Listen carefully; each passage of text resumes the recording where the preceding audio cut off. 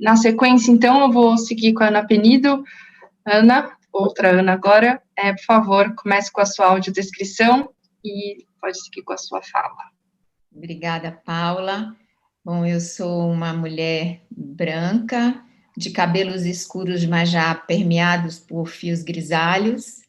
Eu estou com uma blusa azul de manga comprida e um lenço no pescoço, porque eu sou uma baiana em São Paulo, então preciso me aquecer nesse inverno antecipado.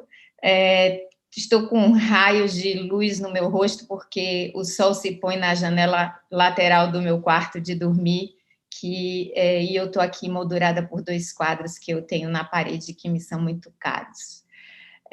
Isso posto, eu vou falar de um lugar que é muito mais de quem observa aqueles que fazem. Falo do lugar das organizações da sociedade civil que se empenham aí em contribuir com as redes públicas de educação. E aí, nesse sentido, acho que o estudo da D3E, Lara, Ariane e David trazem para a gente uma série de subsídios. Finalmente, eu acho que o tema das lideranças educacionais vem ganhando um pouco mais de corpo no debate na agenda brasileira. Sem dúvida, foi negligenciado por muito tempo. As discussões ficaram muito restritas a se a gente vai empossá-los por eleição, por nomeação, por mérito, enfim, e a gente perdeu a oportunidade, acho que até agora, de fazer a discussão mais profunda, que é, de fato, o que a gente tem que oferecer de desenvolvimento profissional para que eles estejam aptos a exercer essa função, independente da forma como chegam lá.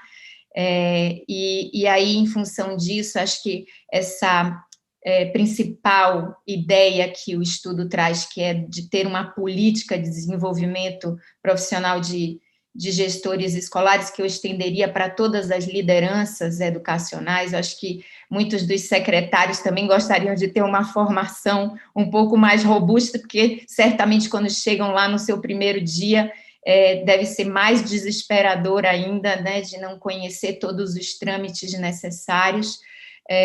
Mas também os técnicos das secretarias, principalmente aqueles que acompanham as escolas, né? Mas, obviamente, que o primeiro passo de uma política como essa é o marco, é a matriz, é o que os canadenses e sul-africanos chamam de framework, né? Porque se a gente não tiver clareza de onde a gente quer chegar, vai ser difícil a gente prover a formação e as condições necessárias. E onde a gente quer chegar, obviamente, é nessas competências dessas lideranças. E aí eu acho que a gente deu um passo importante no Brasil com essa matriz que o MEC acaba de lançar, aprovada pelo CNE, mas acho que aquela matriz ainda é um primeiro passo mesmo, porque nós temos ali uma lista de uma série de fazeres, e muito ali ainda misturado o que são conhecimentos, o que são habilidades, o que são atitudes e valores que esses gestores escolares precisam adquirir para estarem aptos a exercer sua função. Me parece aí que tem uma parte subjetiva muito importante nesse cargo, para além da gestão pedagógica e gestão administrativa e financeira, uma vez que essas lideranças são os motores, inspiradores, facilitadores, viabilizadores e também acolhedores de tudo que acontece dentro da escola e para além dela, né? A mesma coisa também no âmbito das secretarias, né? Como ser capaz de ter olhar para as pessoas que estão naquele sistema, de ter a sagacidade para prever as coisas que vão acontecer, se antecipar a elas, mas também a serenidade para lidar com as emergências, que são muitas, e essa capacidade de, inclusive, organizar o tempo, porque é uma avalanche de demandas que sobrecarregam essas pessoas, fora o próprio equilíbrio e a sanidade mental, emocional, porque eles são exigidos a todo momento, né? E até quando a gente olha para a matriz de competências, a gente já fica exausto só de imaginar que eles têm que dar conta daquilo tudo, né? Então, tem uma série de outras coisas que eu imagino que essa matriz precisa explicitar um pouco melhor, até para que elas se revelem nos programas de formação. Sem dúvida nenhuma, um programa de formação preparatório para o exercício da função é fundamental. A gente sabe que um bom professor pode ser um péssimo diretor, então, às vezes, ele se candidatar a esse posto é a pior coisa que ele pode fazer para a carreira e para a escola dele. Mas se ele talvez tivesse uma formação inicial, ou ele pudesse se capacitar para exercer, ou até ele pudesse identificar que ele não foi feito para aquilo e desistisse dessa mudança na sua carreira, né? E essa formação, volto a dizer, ela precisa ter a parte, obviamente, dos conhecimentos teóricos sobre legislação, sobre a gestão mais específica da escola, sobre gestão de pessoas, mas ela precisa também considerar toda essa parte atitudinal, comportamental, precisa fortalecer essa capacidade subjetiva, né, nessas lideranças educacionais, e eu diria que tem essa parte também deles se verem como gestores da política pública. Não é porque você é diretor de uma escola que você não está, né, que você não... É fundamental que você se veja como um implementador e, inclusive, um colaborador para a própria formulação dessas políticas educacionais. A gente vê hoje um distanciamento muito grande das escolas para as secretarias, o que causa rupturas na possibilidade de implementação efetivamente daquilo que a política pública determina. Então, essas lideranças serem empoderadas e terem o espaço para participar da formulação, se comprometerem e garantirem a implementação da política pública é fundamental. Eu acho que isso também é negligenciado nos processos de formação e nos processos de execução, operação, mesmo dentro dos sistemas educacionais. Acho que tem uma questão fundamental que eu gostaria de abordar aqui, ela passa pelo estudo que a Lara apresentou, ela passa pela matriz de competências do MEC, mas principalmente na matriz do MEC de uma forma muito, eu diria, mais tímida do que deveria, que é a questão da equidade. Se a gente entender que a equidade é o maior problema da educação brasileira, agora acirrado com toda essa situação que a gente vive, né, volto a dizer, a pandemia não criou novos problemas de fato, mas acirrou todos os que a gente já conhecia, e a equidade foi o mais acirrado de todos eles. Como que a gente capacita e empodera esses gestores escolares para promoverem a equidade, não como um componente, mas como algo estruturante de tudo que eles fazem na escola, desde o olhar que eles têm para cada um dos alunos, até todas as decisões que eles tomam, que têm que estar permeadas por esse olhar. E aí, eu diria que talvez a maior das contribuições que a gente possa dar na formação dessas lideranças educacionais é na mudança de mentalidade, porque a gente, no Brasil, ainda aceita o fracasso escolar como algo inexorável, como se realmente uma parcela dos estudantes não tivesse condição de aprender, como se uma parcela considerável dos professores não tivesse condição de ensinar, e como a secretaria ou as escolas públicas tivessem algumas licenciosidades para não dar conta da sua missão. Então, acho que mudar essa mentalidade das lideranças para que elas possam criar também outras mentalidades e culturas dentro dos seus ecossistemas, das suas escolas, é o ponto nevrálgico para a gente reverter essa situação de desigualdade que é tolerada e, às vezes, até provocada pela escola, né? Então, muitas vezes a gente diz que a desigualdade dentro da escola ela é um reflexo da sociedade, mas, às vezes, a escola, que poderia ser um espaço de reversão desse quadro, ela cria novas desigualdades ou potencializa as existentes. Então, se a gente não tiver essa mudança de olhar, de compromisso dessas lideranças em relação à questão da equidade, enquanto ela for só uma palavra dentro de um quadrinho, dentro de uma matriz, vai ser muito difícil a gente mudar essa realidade. Então, eu gostaria de fazer essa ênfase aqui, de que qualquer política de desenvolvimento profissional para gestores escolares precisava começar e terminar com essa questão permeando tudo aquilo que a gente oferece de estímulos, de subsídios e de condições para esses gestores realizarem um bom trabalho e garantir que ninguém fique para trás. Acho que era isso que eu queria fazer de provocações, Paula, com você. Obrigada, Ana. Acho que aqui para o público que está assistindo, continue mandando suas perguntas, e é só destacar aqui que na escolha e daqui da mesa, a gente tentou trazer o olhar da academia, a aproximação aqui do terceiro setor, e já chegando um pouco mais perto da ponta, e agora a gente passa para o olhar do gestor público, que é a Júlia, para ser complementar aqui a visão do desafio que é a estratégia formativa dos gestores escolares. Então, Júlia, por favor, pode dar sequência. Oi, boa tarde a todo mundo. Queria muito agradecer. Vocês me ouvem bem? Queria muito agradecer o convite, Paula, você, Mirela e o Antônio. Clara, meus parabéns. Eu acho que, nossa, fiquei aqui ouvindo com muita alegria a sua fala, porque eu costumo dizer muito assim, que eu acho que o coração do sucesso da educação pública é realmente o diretor de escola pública, né? Se a gente tem boas lideranças bem formadas em escola pública, a gente tem realmente um grande processo de transformação.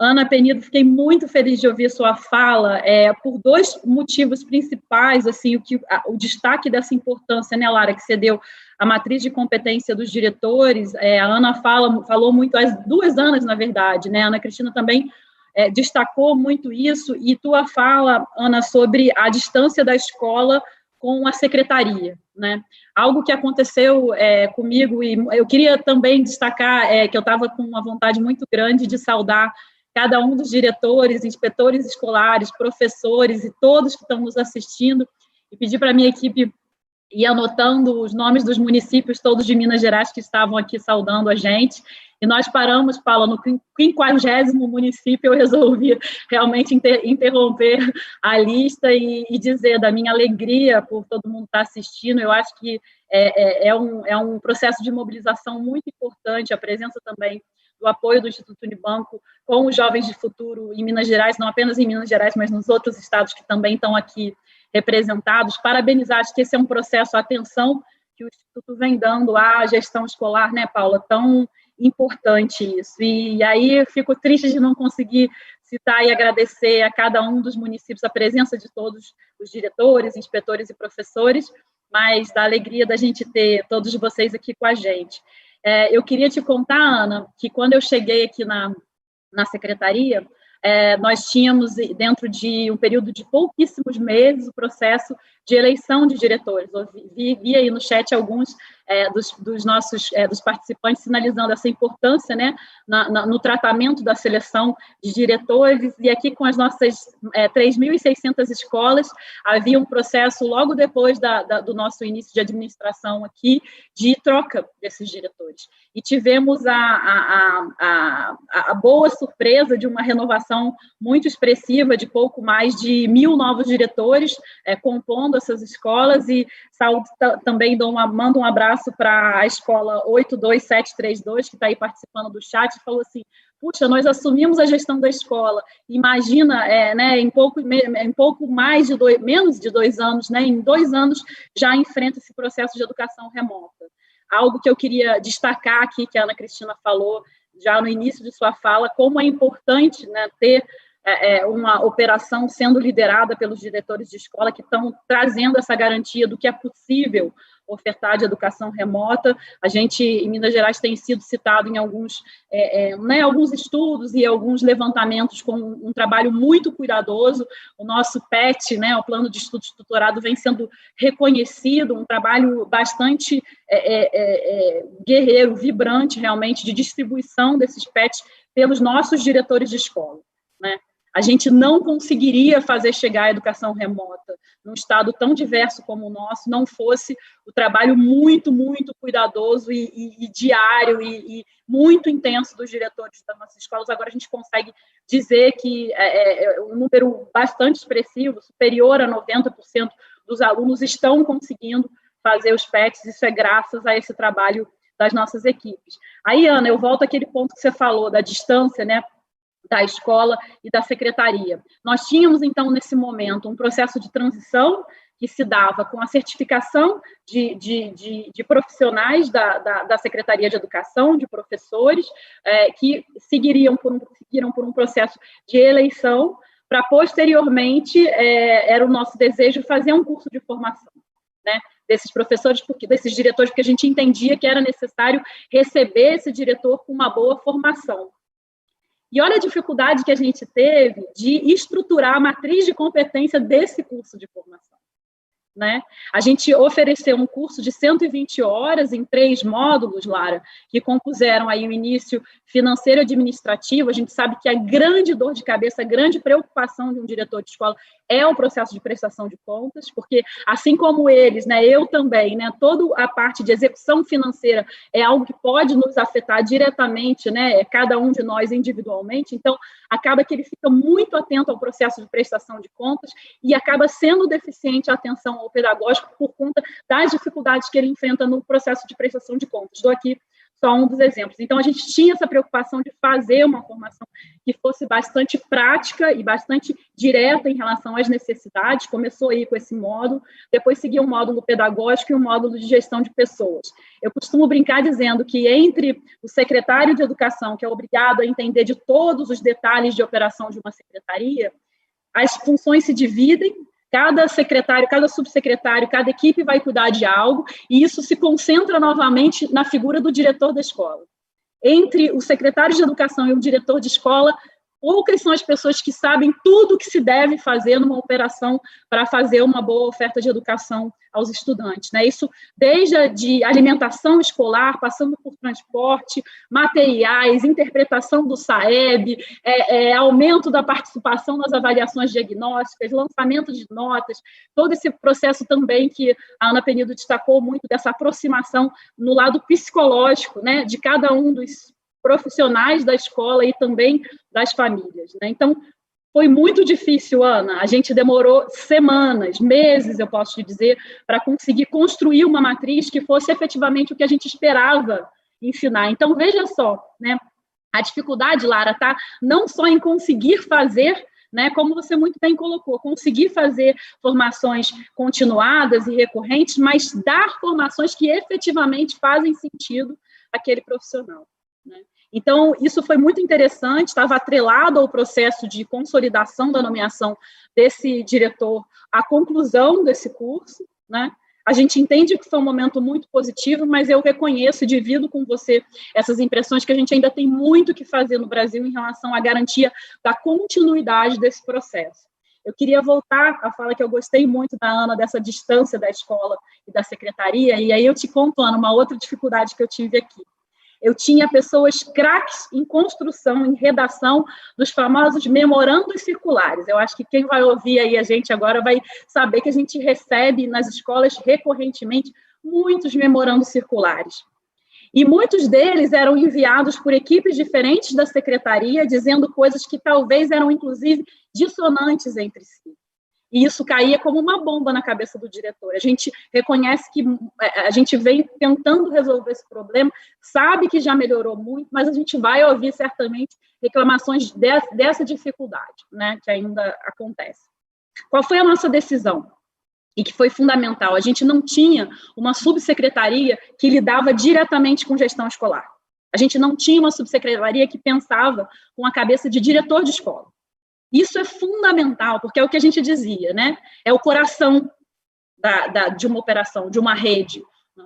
E aí, a nossa decisão, que foi muito importante, foi trazer, uma pena que ele não está nos assistindo, que ele está acompanhando o governador em Araçuaí, mas um dos meus subsecretários, a gente retirou imediatamente, convidou, não retirou, mas convidou de uma direção de escola para assumir uma subsecretaria na Secretaria de Educação. E nada acontece agora de operação de rede, nada acontece se ele não autorizar, né? Porque ele tem a cabeça do diretor que sabe, e que eu aprendi também nesse processo, que muitas vezes não se pode fazer carne na hora do almoço numa segunda-feira, porque não dá tempo de descongelar a carne.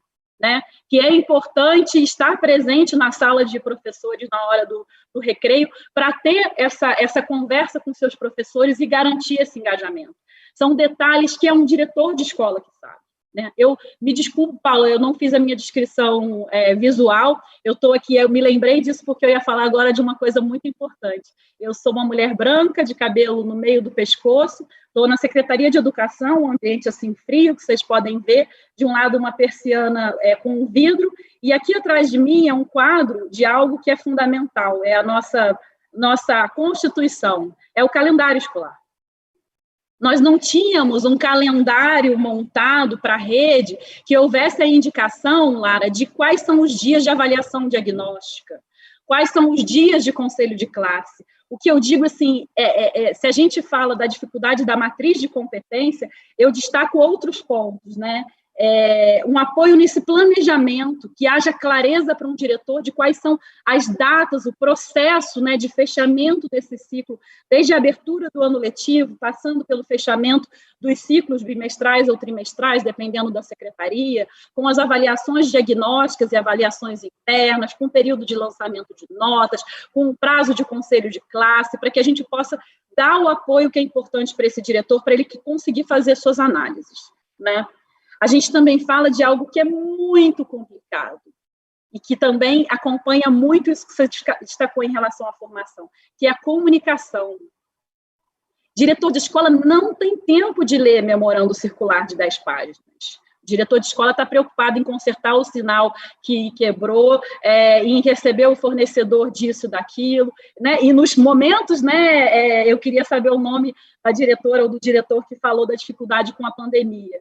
No momento da educação presencial, né? Porque a remota, então, ainda é mais complicado, né? Ter essa sensibilidade de ver que o aluno que não recebeu o PET, que não está devolvendo, é aquele aluno que reside num município, numa localidade que não tem cobertura de internet, que a gente não consegue chegar à escola dele pela dificuldade de transporte. Muitos dos diretores que eu converso recorrentemente me dizem: eu já sou de região rural e eu não sabia que havia algo mais rural do que a escola rural que eu lidero, né? Então, realmente não é fácil. Então, esse processo todo, né, que se inicia, como vocês colocaram, em relação à construção dessa matriz de competências, que tem certamente uma matriz base que a gente pode garantir nesse processo do Sistema Nacional de Ensino, a partir dessa liderança do MEC, mas que a gente entende também que cada rede tem a sua dinâmica, né? Aqui em Minas Gerais a gente tem um recesso num período específico no segundo semestre que não é rotina em outros estados. Então, é muito interessante ver que a gente tem que realmente desenvolver muito nesse processo da construção subnacional das matrizes, né? Eu acredito que isso é muito importante, que seja, sim, uma liderança subnacional para esse processo estar mais bem amarrado.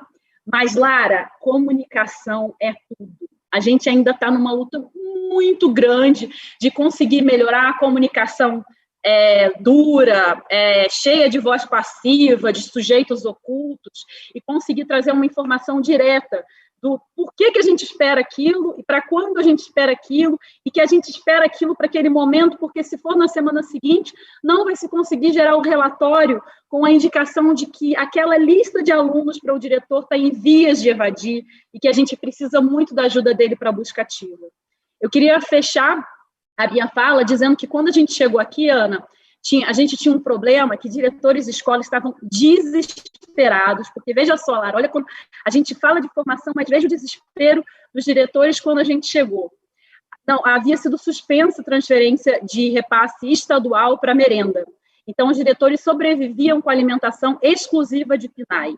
PNAE esse que não se pode adquirir o gás, a parte da cocção da comida. Então, era um processo muito cuidadoso de criatividade, havia que se fazer milagre para conseguir a coisa mais essencial que é para cozinhar aquela comida. E num recurso que a gente entende ser, no mínimo, a metade do que os estados têm obrigação de ofertar. Porque, lembrando, né, o PNAE é uma complementação da obrigação estadual. Esses diretores também estavam desesperados porque havia sido suspendido o repasse de transporte aos municípios. Eles viam que os alunos não estavam chegando e o Estado havia suspendido, né? A gente conseguiu garantir a transferência do repasse aos municípios e estabilizar esse processo. Mas era esse drama que se vivia. né? A gente conseguiu agora, com o processo de organização financeira, não só garantir esse repasse estadual, mas dobrá-lo. Então, agora, eu vi muito diretor chorando no anúncio, né, em que se fez o anúncio de que a gente conseguiu agora não só a obrigação da merenda estadual, da verba estadual, mas dobrá-la. Não existe nada que anime mais um diretor do que a possibilidade de ofertar uma boa merenda para conseguir a atração desses alunos. Isso também bate, né, Ana, no psicológico desse diretor, na certeza dele de que eu vi diretor chamando assim, eu vou conseguir ofertar uma comida e não mais ter que picar o bife, vou conseguir ofertar bife em alguns momentos e não ter mais que picar. Então, assim, são coisas muito sutis que quando a gente fala de matriz de referência, eu já estou fechando, a gente vê, né, Lara, o grau de distanciamento, né, que muito provavelmente a gente vive em relação a realidades distintas das nossas, né? Eu acho que esse processo é um processo que tem que ser muito cuidadoso, muito progressivo, e sempre lembrando as conquistas que a gente já fez, né? E sempre lembrando isso.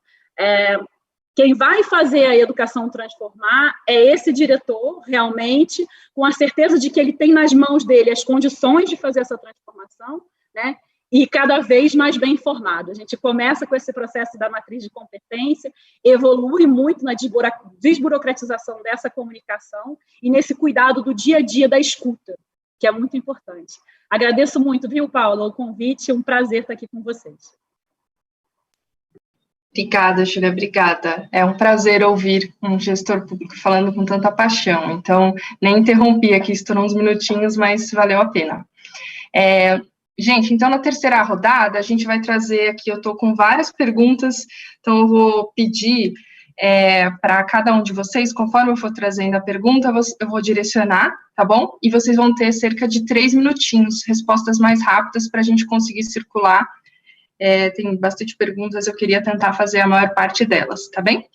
Então, Lara, eu vou passar a primeira para você, que está relacionada diretamente ao estudo, mas também se você quiser tirar alguns minutinhos da sua fala para responder aí uma tréplica aos comentários das especialistas, você pode também fazer isso, tá bom? Então, você pode comentá-las, e aí eu já incluo aqui uma pergunta específica do caso de Ontário. Em Ontário é um curso pago, mas oferecido pelo sistema público, correto?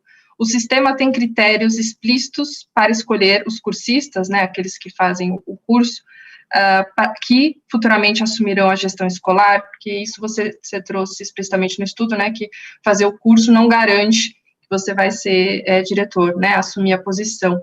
Então, é uma pergunta específica sobre esse critério aí que eles têm. O critério de seleção, Paula? Só para entender. O critério o critério entre após finalizar o curso e, de fato, assumir. Então, o que é preciso fazer para esse gestor poder assumir o cargo aí, após o curso? Perfeito. Vou aproveitar, então, a deixa da Paula e fazer uma réplica aqui às falas, pegando uns pontos do que vocês falaram, bem rapidinho, prometo. Começando pela ordem, né? Pegando a fala da Ana Cristina, a Ana foi uma pessoa que contribuiu muito para o relatório, né? Ao longo de todo o processo fez muitas sugestões, comentários, enfim. Queria deixar aqui também um agradecimento específico para ela. Mas acho que a Ana traz uma questão super importante ela retomou, né, uma coisa que a gente falou no relatório, mas ela falou muito especificamente dessa questão da política para a liderança, né? De olhar para todos esses aspectos do sistema. E uma das coisas que eu queria relembrar aqui é que a escola de gestores teve muitas dificuldades, né, de desenho, de implementação e tal, mas uma delas foi relacionada ao fato de que tinham 35 mil vagas e só 19 mil alunos foram formados. E isso aconteceu muito em decorrência do fato de que os alunos assumiam como diretores e depois saíam do cargo, né? Eles passavam muito pouco tempo no cargo de diretor. Isso impactou. Então, só reforçando o que a Ana falou, a gente também já trabalhou isso no relatório, mas da importância de você pensar questões de formação também muito ligadas a essa questão de acesso, seleção, permanência no cargo, porque senão, né, não fica uma política completa nesse sentido. Em relação ao que a Ana Penido trouxe, acho que ela reforçou muito essa questão de ter o marco, né? Acho que foi super importante isso, né? De que a matriz é só o primeiro passo, e eu acho que no Brasil a gente tem que ter esse olhar para o nosso marco, né? Quais vão ser as etapas que a gente tem. E só falando 2 exemplos muito rapidinhos do que ela trouxe, do Canadá e da África do Sul, né? Que ela falou a importância do currículo não olhar só para o prático, das ferramentas, digamos, né? Então, no Canadá, Ana, tem um módulo específico para saúde e bem-estar. Eu achei super interessante isso. Então, é saúde mental, saúde das pessoas e tal. E tem nos 2 casos, tanto a África do Sul quanto o Canadá, tem um módulo específico para relação com a comunidade, com os pais, como fazer isso da melhor forma, né, ferramentas para você fazer isso. Então, enfim, não fica só numa questão... enfim, das funções ou atribuições que a gente já espera, mas, né, tem ampliado aí também esse olhar. E em relação a Júlia, queria só te falar não é diretamente relacionado ao relatório, mas a gente está fazendo uma pesquisa, e aí retomando até um ponto que a Ana Cristina trouxe da pandemia, né, que foi muito bem colocado também, a gente está fazendo uma pesquisa sobre... o impacto do Covid em municípios de 20 mil habitantes, né, como que está sendo o impacto da pandemia nesses municípios, e uma coisa que tem ficado muito evidente nesses casos é que o apoio do Estado tem sido fundamental nesses municípios muito pequenos, que às vezes não têm as condições na secretaria de garantir essa boa gestão, né, a equipe é pequena, está todo mundo super assoberbado com outras coisas e tal. E aí a gente está conversando com alguns estados, né, alguns destacaram isso, mas o estado de Minas foi destacado justamente por conta do PET, e então achei legal também frisar, você falou, e isso foi colocado nas nossas entrevistas. Então, acho que ter esse apoio do Estado para municípios que são muito pequenos tem sido importante nessa questão do Covid também. Bom, feito esse geral, respondo a pergunta aqui. Só retomando, em Ontário, o curso ele é desenhado pelo Colegiado de Professores de Ontário, né, então é um currículo único, né, para toda a província, e ele pode ser ofertado por 9 instituições. Dessas instituições, tem 7 universidades, se eu não me engano, todas elas são públicas, mas agora eu não me lembro de cabeça se teria alguma privada ali, mas são 7 universidades e 2 conselhos de classe, por exemplo, os conselhos de diretores de Ontário, né? Então, eles podem oferecer também o curso, né? Terminado o curso, cada um dos distritos, dos 72 distritos, tem critérios próprios de seleção. A gente perguntou muito, né? Qual é a remuneração? Qual é o critério e tal? A gente forçou muito para que eles falassem. E eles falaram, a gente não consegue te responder, porque cada distrito tem um processo de seleção diferente, tem uma remuneração diferente, então absolutamente, a gente teria que fazer um estudo nos distritos, então é por isso, é bem variável, né? Então não consigo te responder, porque a gente não chegou nesse nível na pesquisa, né, dos distritos. Bom, tá bom, obrigada, Lara. Então, agora eu vou passar a próxima pergunta para a Ana Penido, eu acho que ela fez um matching aqui perfeito com a sua fala, Ana. Existem traços pessoais ou pressupostos de formação básica a serem considerados para potencializar uma gestão escolar eficaz? Então, esses traços pessoais, eu trago principalmente, você colocou, chegou a elencar na sua fala, né, a capacidade subjetiva do gestor se enxergar como implementador, essa mudança de mentalidade. Então, acho que esse ponto foi trazido também, reforçado pela Júlia. Queria ouvir você aqui, o público também, um pouco mais sobre essa expectativa de bagagem aí desse gestor que vai passar pelo curso e vai assumir o cargo.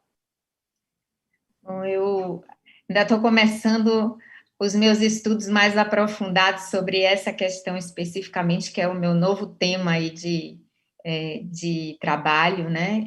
Lideranças educacionais para a promoção de equidade na educação.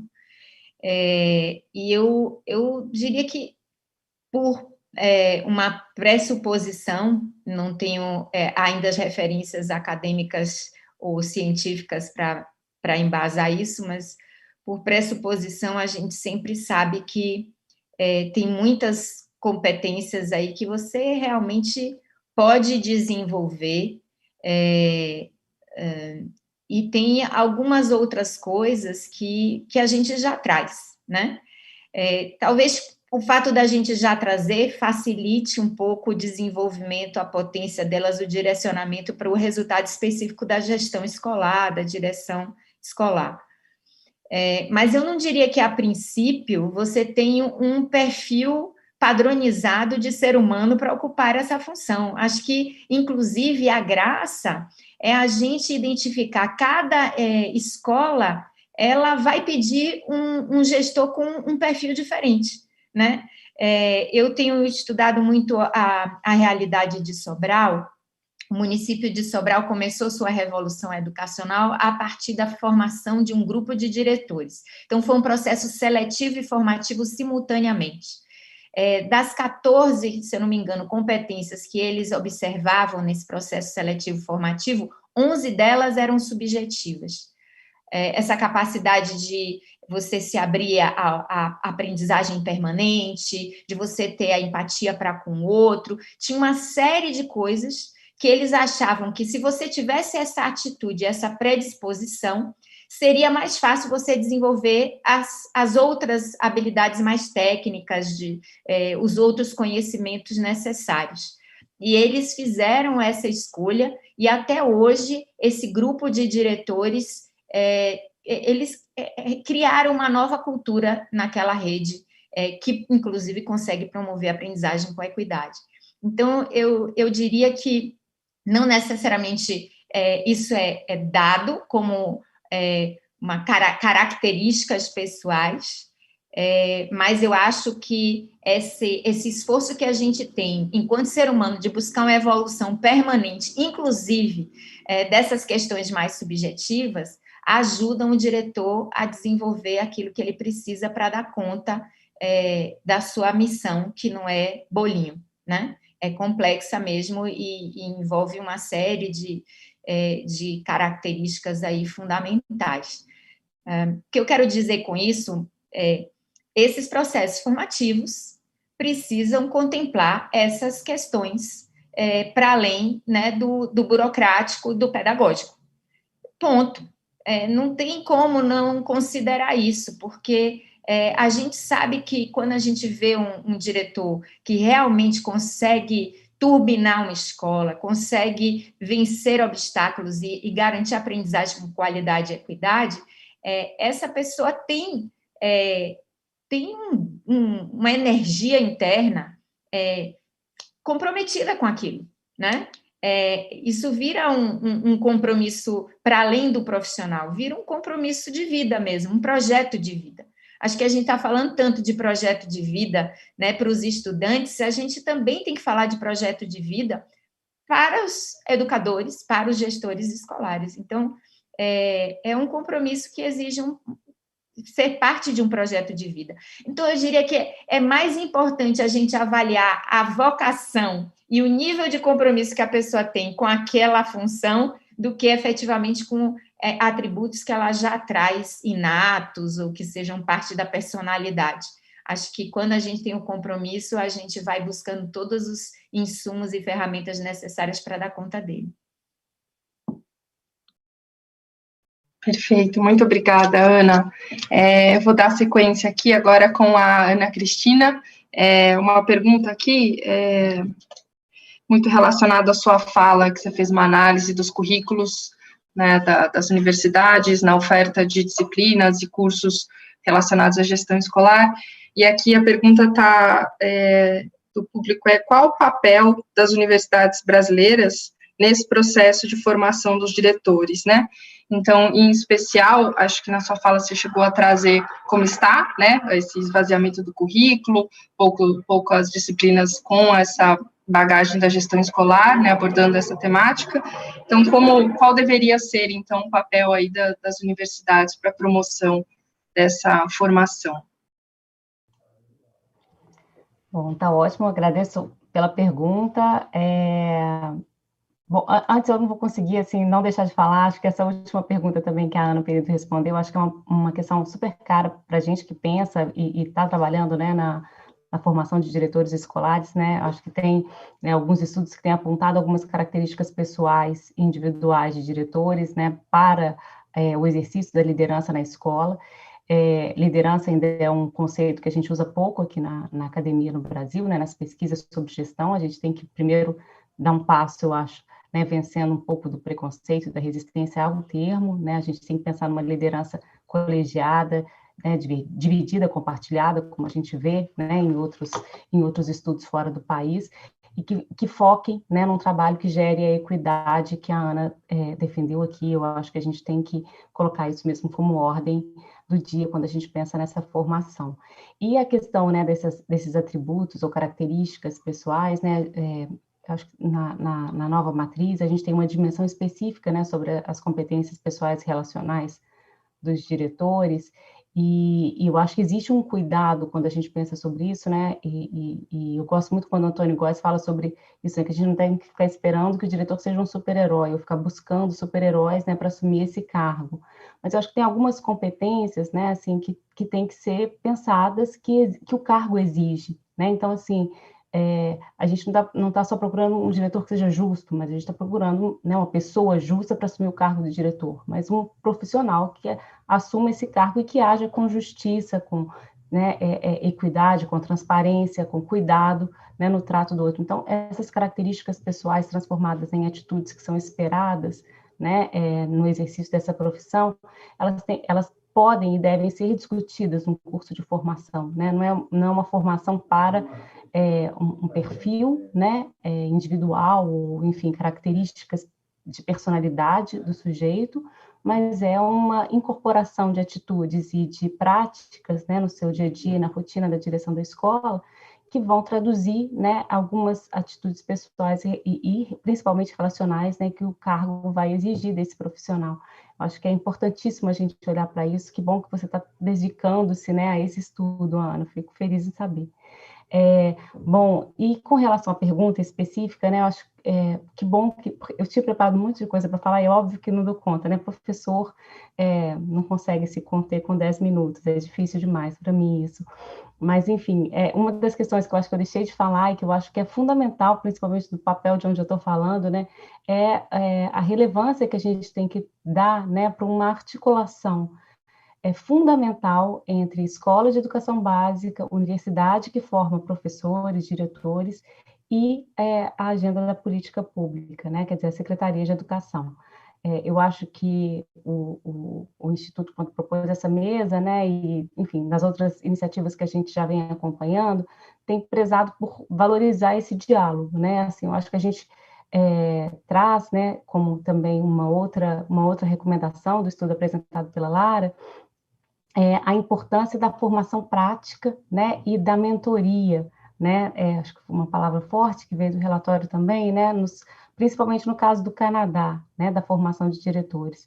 E isso só acontece se a universidade que faz o curso de formação, seja de formação inicial, pensando no modelo que a gente tem hoje aprovado, né, que é a base de formação dos professores, que se dá, né, então a formação do diretor escolar no nível do curso de pedagogia, né, de graduação, ou no nível de curso de pós-graduação, ou seja, nas universidades, a gente tem que estabelecer um diálogo de verdade, né, para além dos estágios. Eu sou professora de estágio em gestão escolar, então, assim, eu posso dizer, né, a gente precisa avançar, né, nesse aspecto, para além do estágio de 100 horas, enfim, para além, a gente está falando de parceria, né, as escolas de educação básica e as universidades enquanto parceiras na formação desse profissional, né? Então, eu acho que a gente tem que fortalecer essa conversa, para além da conversa somente, né, mas também para as ações práticas nessa formação, né? Acho que a gente avançou em alguns pontos, enfim, programas como o PIBID, e de residência docente, enfim, com a nova base, que amplia um pouco, né, essa dimensão das horas dedicadas a esse tema específico, para a formação específica desse profissional, mas eu acho que a gente ainda tem que estreitar mais essa parceria, né, e isso só se faz, né, com a abertura do diálogo, com uma construção que é coletiva e com que a gente dê a devida relevância para esse tema na agenda da política pública no nosso país. Obrigada, Ana, obrigada. Pelo horário, pessoal, eu vou seguir só com mais uma última pergunta para a gente poder fechar, tá bem? Então, Júlia, agora a pergunta é para você, e ela está relacionada aqui à valorização do cargo, né? Então, será que o baixo número de diretores com mestrado e doutorado está relacionado à desvalorização da carreira? E aí eu me permito aqui incluir, se sim, né, se estiver relacionado a essa baixa valorização, como atrair e motivar esses gestores para seguir, né, para dar continuidade a essa formação? Imagino que essa experiência recente aí de oferta do curso para a Rede Mineira deve ter aí uma experiência para ajudar a gente a entender como fazer essa atratividade aumentar.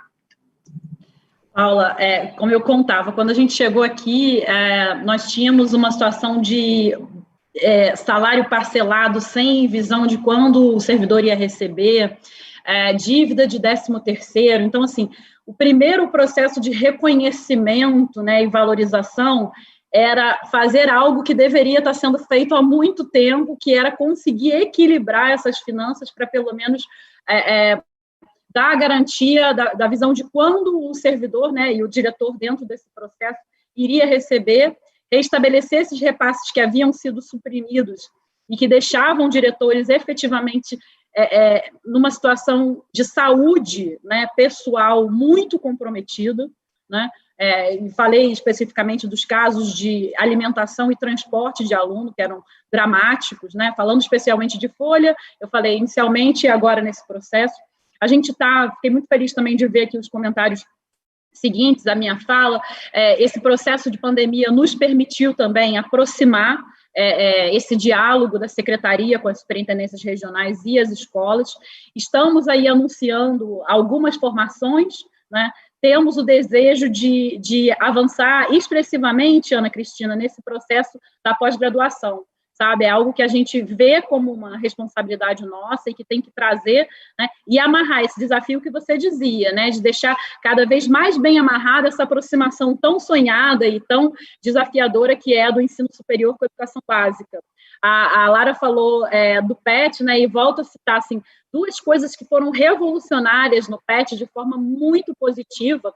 Foi o processo de entrada do apoio das universidades, Paula, na construção do PET conosco. Então, Ana, que foi muito legal ter os professores das licenciaturas construindo esse material junto com os professores da educação básica. Então, a gente consegue, de forma muito prática, aproximar, né, esse tema e fortalecer o que Lara disse, do regime de colaboração entre Estado e municípios. O material todo do PET de anos iniciais, eu agradeço muito você ter destacado esse ponto, eu sempre faço questão de agradecer muito a Undime do Estado. O material todo de anos iniciais foi construído por professores das redes municipais de ensino. Então, a gente conseguiu, no Estado de Minas Gerais, a gente já financia as avaliações diagnósticas estaduais, né, para os municípios também. Há um processo bem estabelecido que ainda precisa melhorar nesse processo do apoio, né, do regime de colaboração. Eu acho, Paula, que agora a gente caminha para esse esforço da simplificação dos processos. Eu disse que havia gente reclamando que ainda tinha muito memorando, e realmente, né, isso é algo que é muito difícil, viu, gente? Conseguir fazer a gente dizer pouco e dizer o que precisa ser dito e dizer de forma muito compreensiva também a realidade, né? E nesse sentido da valorização, esse investimento agora expressivo em pós-graduação. O Instituto Unibanco também nos ajudou muito nessa visão comparativa com os demais estados da importância que é o processo de investimento nesse caso. Comparativamente aos demais estados, recomendo muito que os diretores que aqui estão presentes investiguem os valores de remuneração nos demais estados para diretor de escola. É algo que é importante a gente também conhecer aí no âmbito comparativo e verificar que a situação de Minas Gerais em relação à remuneração de diretores não é das mais complexas do Brasil. Não estou dizendo que o diretor ganha bem, mas eu estou dizendo que a gente precisa sempre olhar de modo comparativo para compreender essas dificuldades. A gente não consegue agora gerar aumento de salário porque eu ainda preciso garantir o pagamento em dia, né? A gente já conseguiu superar as dificuldades relacionadas à previsão desse dia, já conseguiu pagar 3 13º em maio desse ano, porque havia uma dívida da administração anterior. Então, é muito com essa consciência do passo que a gente pode dar, Paula, porque eu acho que valorizar também é prometer o que a gente pode fazer, né? Eu vou deixar um mistério no ar, eu estava louca para anunciar no dia de hoje, mas eu ainda não consigo anunciar, mas eu vou dizer que os diretores que estão aqui presentes vão se lembrar desse momento. Na semana que vem também está saindo um anúncio expressivo, que é uma demanda muito grande dos diretores de escola da rede, de um processo fundamental e que envolve recurso financeiro, para apoiar essa valorização e tornar, já vou dando meio pistas aí, mas deixar o diretor com mais tempo para tratar do pedagógico e dessas questões do não cognitivo, né, do socioemocional do ambiente escolar, que são tão fundamentais. Eu vislumbro aí a gente conseguir alcançar expressivamente a melhoria desses dados de pós-graduação e conseguir diretores mais focados na parte, né, no cerne, no coração do processo educacional, que é o pedagógico e socioemocional. Eu queria agradecer muito, não sei se a gente vai ter uma fala de agradecimento. Pode seguir. Queria agradecer mais uma vez a presença de todos, eu fico muito feliz de ver centenas de pessoas participando e muito engajadas nesse processo. É um prazer enorme, viu? Estar aqui com vocês e ver a roda rodando nessas conversas boas que a gente tem. Um abraço. Obrigada, Júlia, obrigada.